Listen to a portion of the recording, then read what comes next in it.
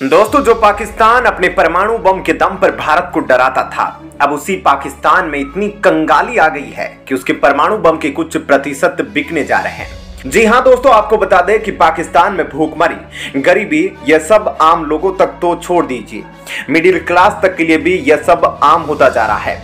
इनके घरों में एक टाइम या 2 टाइम का ही खाना बन पाता है। बता दें कि पाकिस्तान अब इस गरीबी से उबरने के लिए अपने परमाणु बम को बेच रहा है या फिर क्या कर रहा है, अब आपको डिटेल में बताते हैं कि इस परमाणु बम को कितने डॉलर में खरीदा जा रहा है, कौन खरीद रहा है, यह सब चीजें अब आपको डिटेल में बताते हैं।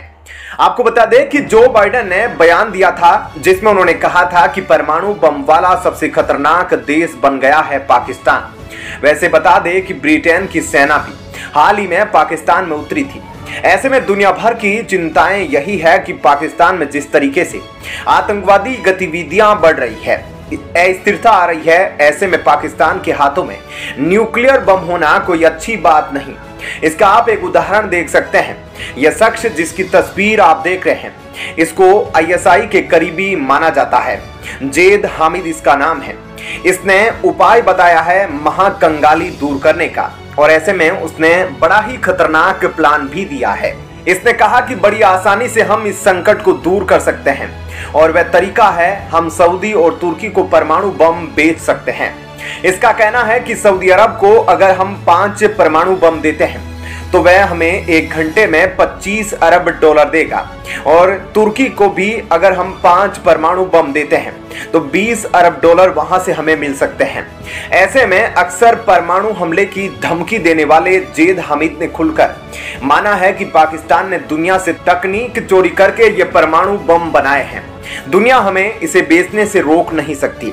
इसने यह भी कहा कि किसी के बाप में दम नहीं कि हमें बेचने से रोक सके।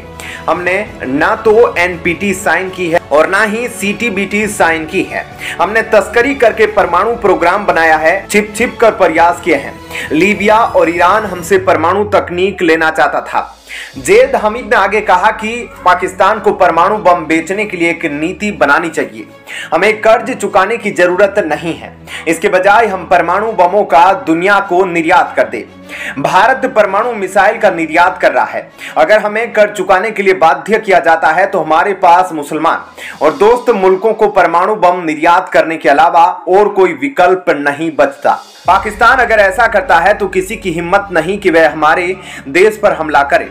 ऐसे में पाकिस्तान का यह बड़बोला विश्लेषण यह कहता है कि पाकिस्तान डरता है कि अमेरिका और यूरोप नाराज हो जाएगा, पाकिस्तान के ऊपर पाबंदी लग जाएगी। हमारे अंदर यही खौफ है और इसी वजह से हम ऐसा नहीं कर रहे। साथ ही इसने उदाहरण देते हुए बताया कि उत्तर कोरिया को देखो, कोई देश उस पर पाबंदी नहीं लगा सका।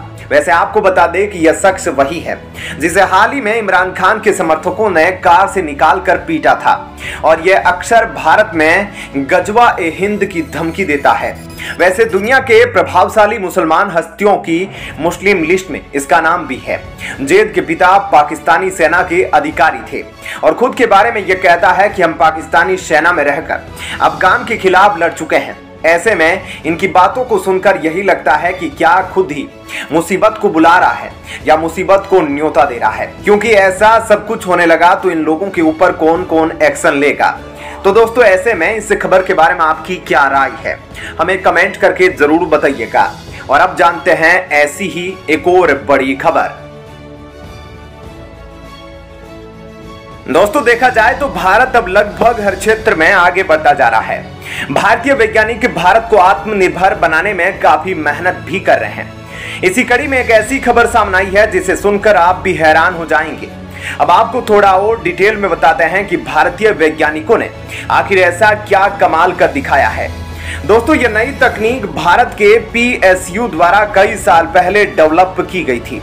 कमाल की बात यह है कि इस टेक्नोलॉजी के भारत में होने के बावजूद भारत की सरकार ओवरसीज कंपनी से भारत में आने और इसको मैन्युफैक्चर करने का न्योता दे रही थी।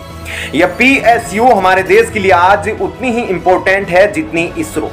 वहीं इसरो जिसने लिथियम सेल मैन्युफैक्चर करने की टेक्नोलॉजी से लेकर सोलर सेल मैन्युफैक्चर करने की टेक्नोलॉजी भारतीय कंपनीज को दी, वह भी ऐसे टाइम पर जब इन सभी तकनीकों को लेकर चाइना अपने दरवाजे भारत के लिए बंद कर सकता था।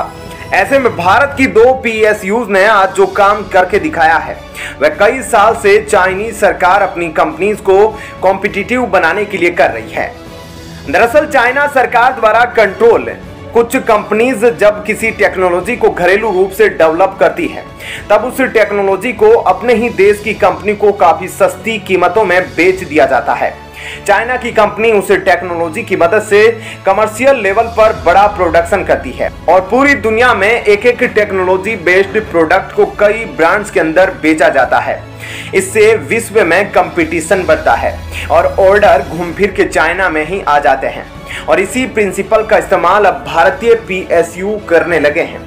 वैसे इसरो ने फ्यूल सेल, सोलर सेल और लिथियम सेल के केस में किया था और इस बार एनर्जी सेक्टर में भी भारत की 2 गवर्नमेंट एजेंसियों ने भारत को आगे पहुंचा दिया है। इनमें से एक कंपनी में काफी क्रिटिकल टेक्नोलॉजी डेवलप की गई है और दूसरी इस टेक्नोलॉजी पर बेस्ड कमर्शियल प्रोडक्शन भारत में करने जा रही है। बता दें कि इस बार भारत पेट्रोलियम यानी कि BPCL ने हाथ मिलाया है भाभा एटॉमिक रिसर्च सेंटर यानी कि बार्क के साथ। आपको बता दें कि बार्क इंडिजीनियसली और इलेक्ट्रोलाइजर टेक्नोलॉजी डेवलप कर चुकी है जिससे एक बड़े लेवल पर हाइड्रोजन को सस्ती कीमतों पर पैदा किया जा सकता है। इसी टेक्नोलॉजी की मदद से एक इलेक्ट्रोलाइजर प्रोडक्शन फैसिलिटी डेवलप करने वाला है भारत जिसकी कैपेसिटी 1 मेगावाट तक होगी। ऐसे में भाभा एटॉमिक रिसर्च का मानना है कि इस ज्वाइंट वेंचर की मदद से ऐसे इलेक्ट्रोलाइजर का प्रोडक्शन भारत में शुरू हो सकेगा जो मौजूदा हाइड्रोजन प्रोडक्शन कॉस्ट को एकदम आधा कर सकेंगे।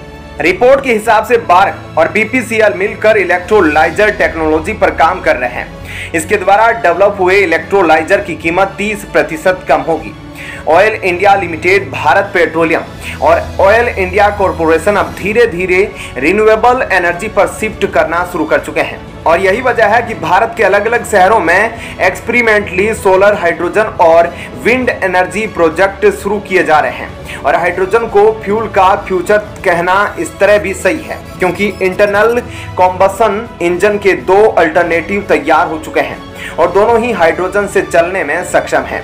फ्यूल सेल और hydrogen based internal combustion engine जल्द ही पेट्रोल और डीजल इंजन को रिप्लेस कर देंगे और जब ऐसा होगा तो हाइड्रोजन की सबसे बड़ी डिमांड सामने आएगी। ऐसे में भारतीय कंट्रोल से मदद लेकर जैसे तैसे इस डिमांड को पूरा तो कर लेगा लेकिन आगे जाकर हो सकता है कि दूसरे देश भी भारत की इस डिमांड को पूरा ना कर पाए या भारत की मदद करने से ना कर दे।